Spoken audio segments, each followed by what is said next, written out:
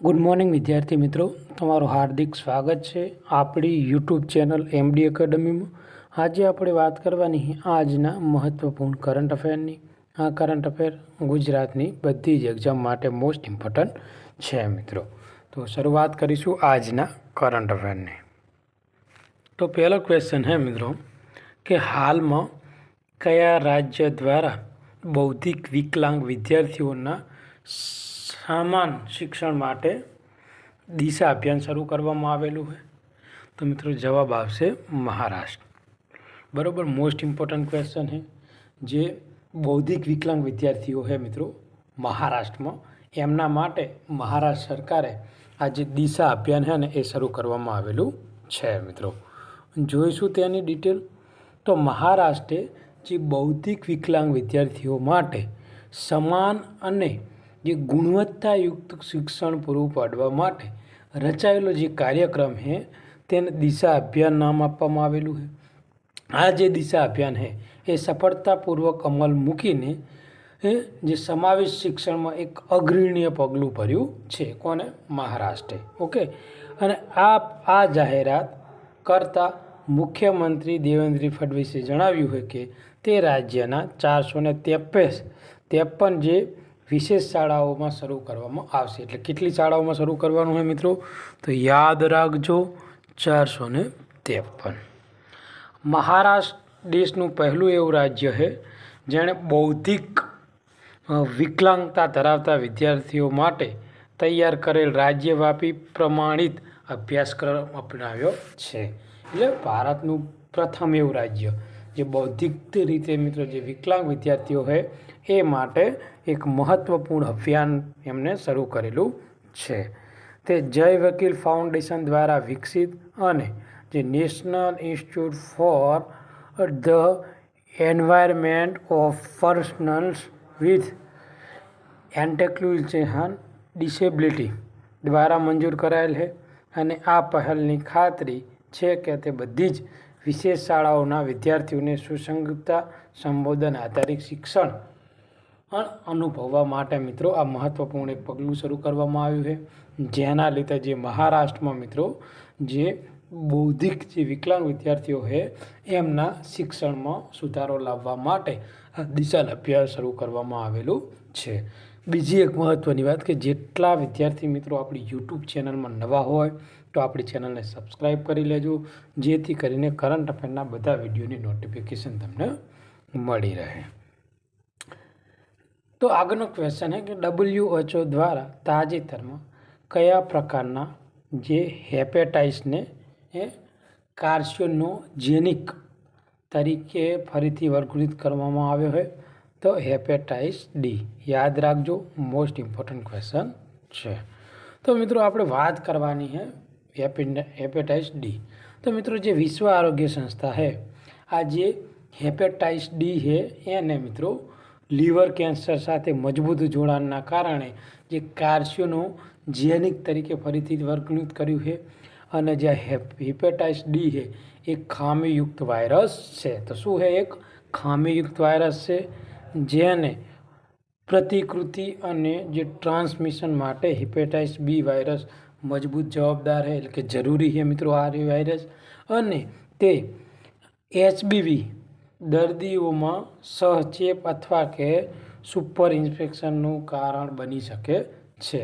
ફક્ત HBVની તુલનામાં જે સિરોસિસ અને હેપ્ટો સેલ્યુલર જે કાર્સિનોમાનું જોખમ જે મિત્રો 2-6 ગણું વધી જાય છે. એટલે જે કાર્સિનોમા જે મિત્રો રોગ છે તેનું જોખમ રહ્યું ને એ 2 ગણાથી 6 ગણા વધી જાય છે. તો યાદ રાખજો, હાલ મિત્રો જે હેપેટાઇટિસ ડી છે એ મિત્રો હાલ ચર્ચામાં છે, જેને મિત્રો કહેવાય ને કે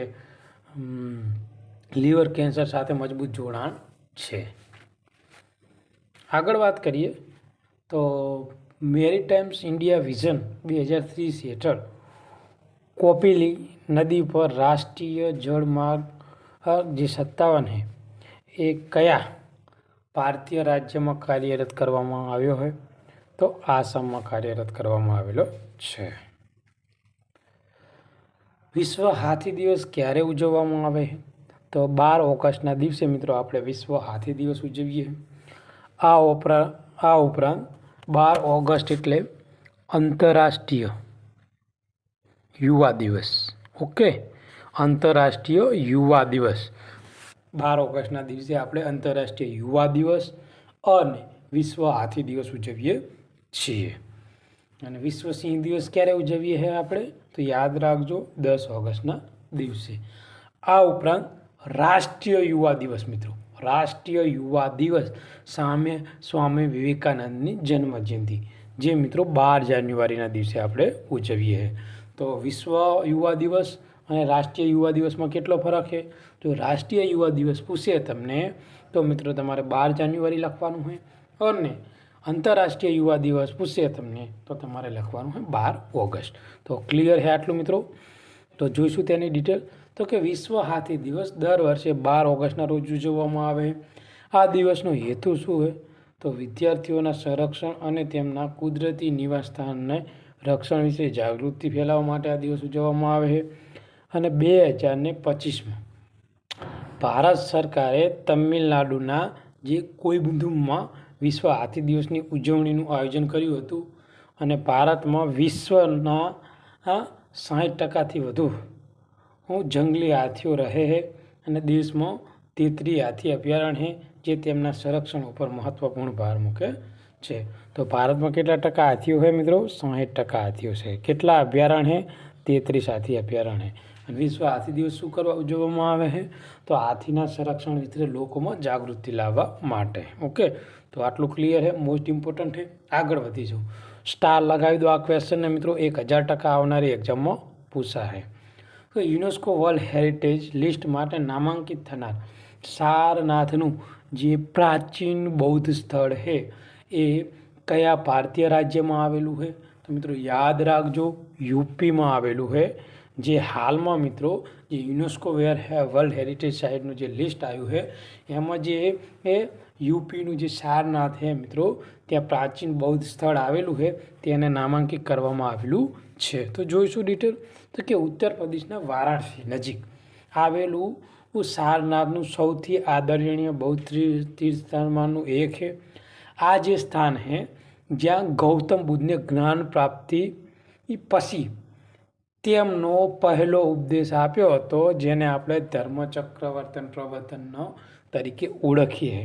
તો મિત્રો આજે ગૌતમ બુદ્ધને મિત્રો જે પહેલો ઉપદેશ આપ્યો મિત્રો, તેના ભાગરૂપે આજે મિત્રો સારનાથનું સ્થળ છે, આદરણીય સ્થળ, તેને મિત્રો કહેવાય ને કે વર્લ્ડ હેરિટેજ સાઇટમાં મિત્રો નામાંકિત થયું છે.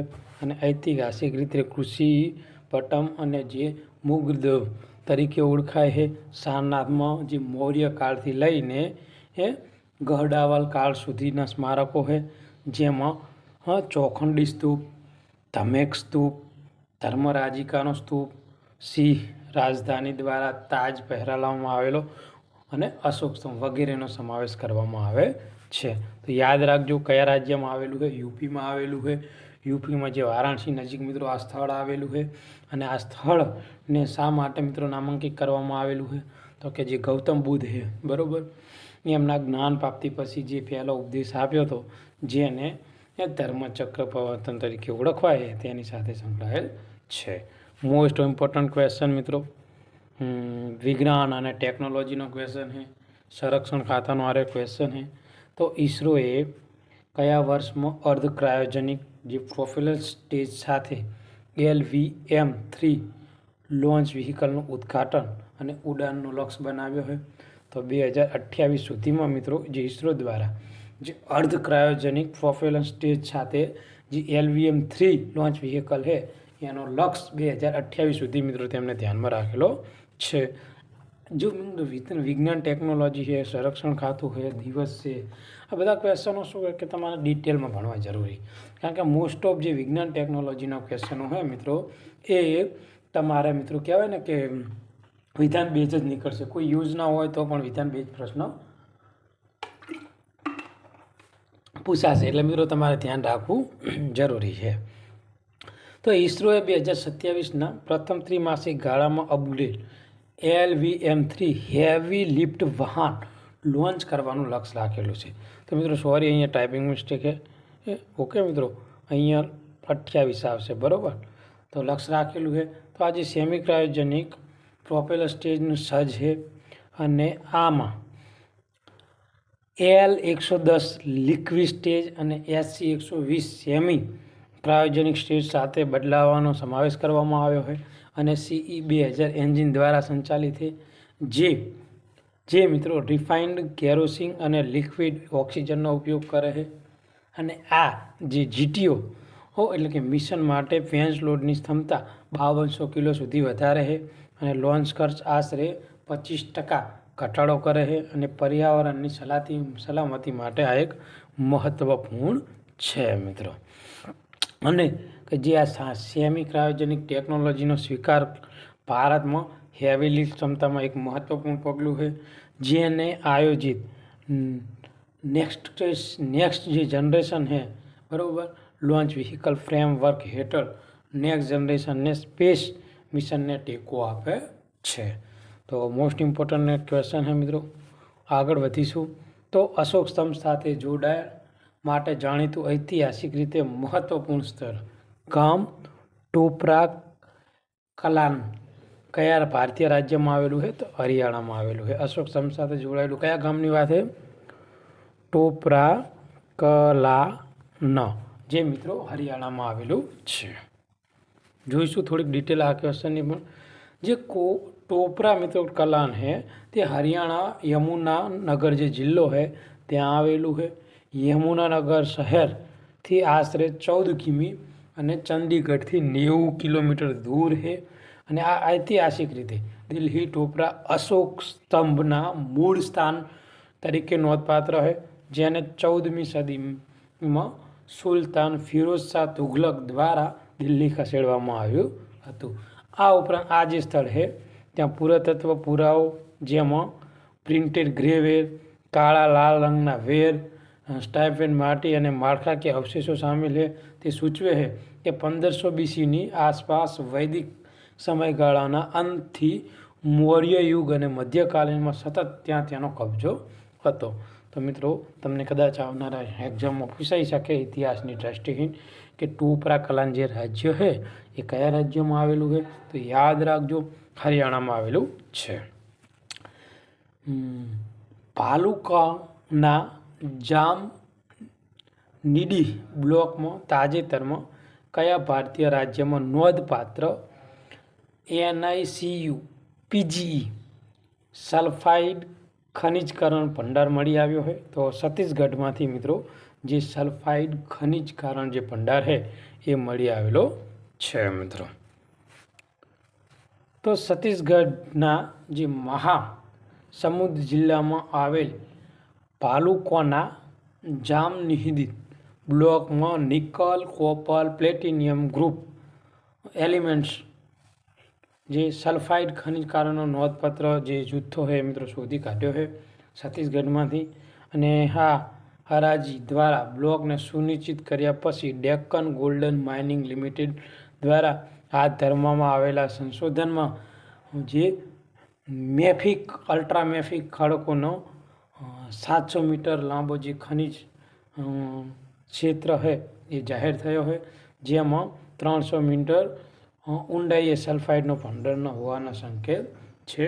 અને આ શોધ એ છત્તીસગઢને ભારતના મહત્વપૂર્ણ જે ખનિજ ક્ષેત્રોમાં એક ઉભરતા હુआ કેન્દ્રનું સ્થાન પ્રાપ્ત કરશે મિત્રો.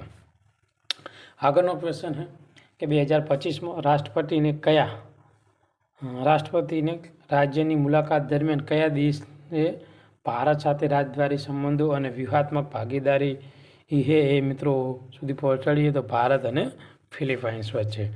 તો 2025માં ફિલિપાઇન્સના રાષ્ટ્રપતિ ભારતની રાજ્યની મુલાકાત દરમિયાન ભારત અને ફિલિપાઇન્સ વચ્ચે દ્વિપક્ષીય મિત્રો ભાગીદારી કરવામાં આવી હતી. આના પગલે 1952ની મિત્રતાની સંધિને પુષ્ટિ કરે છે.